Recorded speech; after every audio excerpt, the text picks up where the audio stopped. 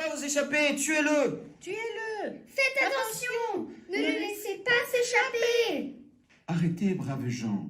Que voulez-vous faire? Le tuer, pardi. Cette salvette affamée a tué notre bétail. Ça fait longtemps qu'il rôde par ici et terrorise le village. Il est dangereux pour les humains aussi. Il a failli tuer cette gamine. Heureusement que nous sommes intervenus à temps. Il est affamé. Vous avez dit, laissez-moi lui parler. Ensuite, vous ferez ce que vous voudrez. Vous avez beau être un saint homme, frère François, avec ces bêtes féroces, on ne rigole pas. Ça n'a pas peur du bon Dieu. Frère Loup, toi aussi, tu es une créature de Dieu comme nous. Ce n'est pas bien ce que tu as fait. Tâche de ne plus attaquer humains et bêtes. Alors les gens te nourriront peut-être et tout sera en paix. Regardez! Incroyable! Il lèche les pieds de frère François. On dirait un toutou qui remue la queue. C'est pas possible. Ça alors, il n'est plus le même. C'est un vrai miracle. Je cours raconter ça au village. Moi aussi. Loupio, Cerise, venez jouer sur la place. Il n'y a plus de danger maintenant. Je n'en ai vraiment pas envie, Rouquinou. Mais pourquoi?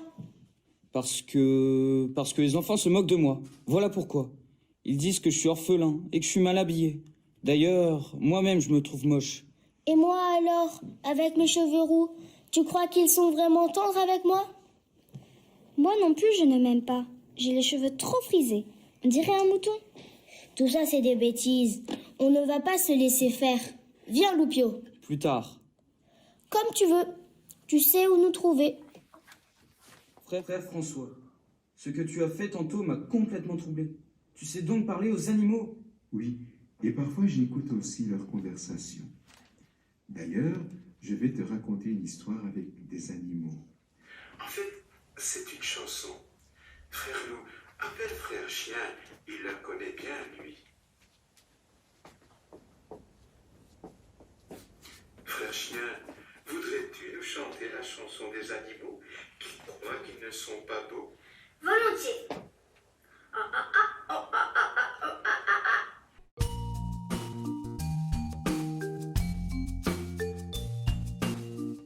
Ces animaux, ils ne sont jamais contents. Plumes, poils ou sabots, ils se plaignent tout le temps. Je déteste mes taches noires, pleurnicher la vache hier. Mes oreilles sont trop longues, disait l'âne, j'en suis pas fière. Ma peau verte et boutonneuse, disait le crapaud. Mes dents sont vraiment trop moches, se plaignait le chameau. Ah, ces animaux, ils ne sont jamais contents. Plumes, poils ou sabots, ils se plaignent tout le temps. Ma fourrure n'est pas belle, rouspéter le loup bougon. Nos duvets n'ont pas d'allure, piailler les oisillons. Moi je suis bien trop frisé, remarque le mouton. Pourquoi ai-je un si gros nez, demande le cochon. Ah, ces animaux, ils ne sont jamais contents. Plumes, poils ou sabots, ils se plaignent tout le temps. Ah, ces animaux, ils sont toujours très ronchons.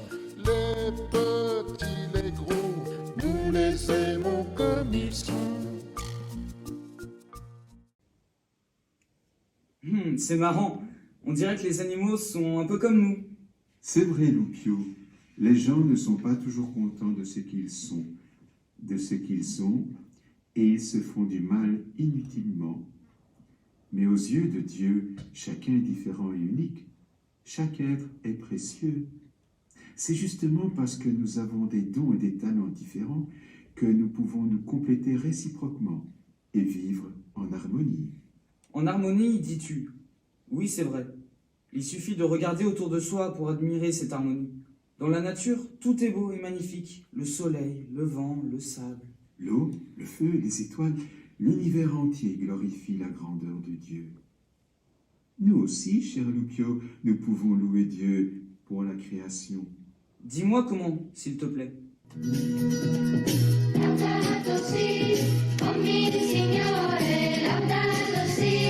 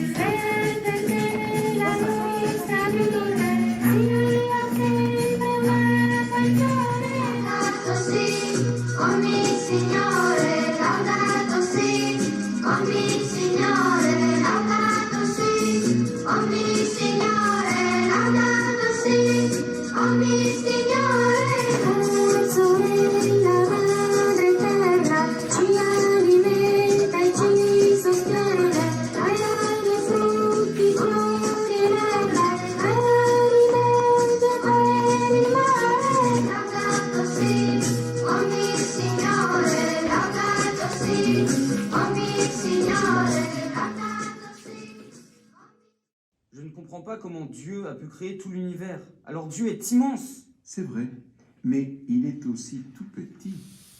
Là, tu me fais marcher. C'est pas possible. Comment peut-il être à la fois tout grand et tout petit? Les deux à la fois.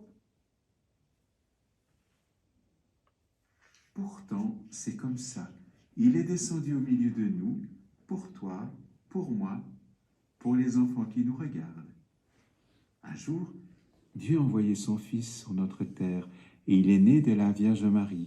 C'était un bébé, comme nous l'avons été nous aussi. Pas comme moi.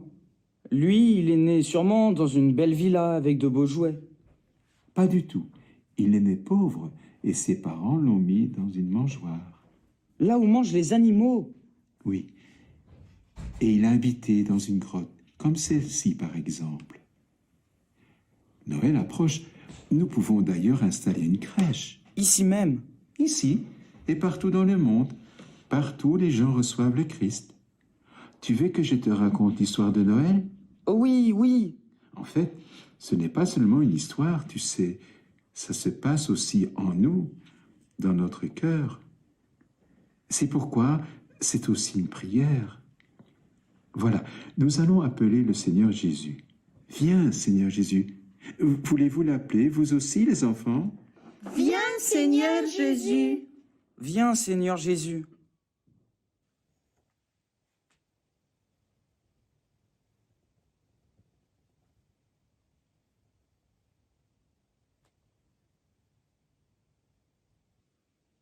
Comme il est mignon.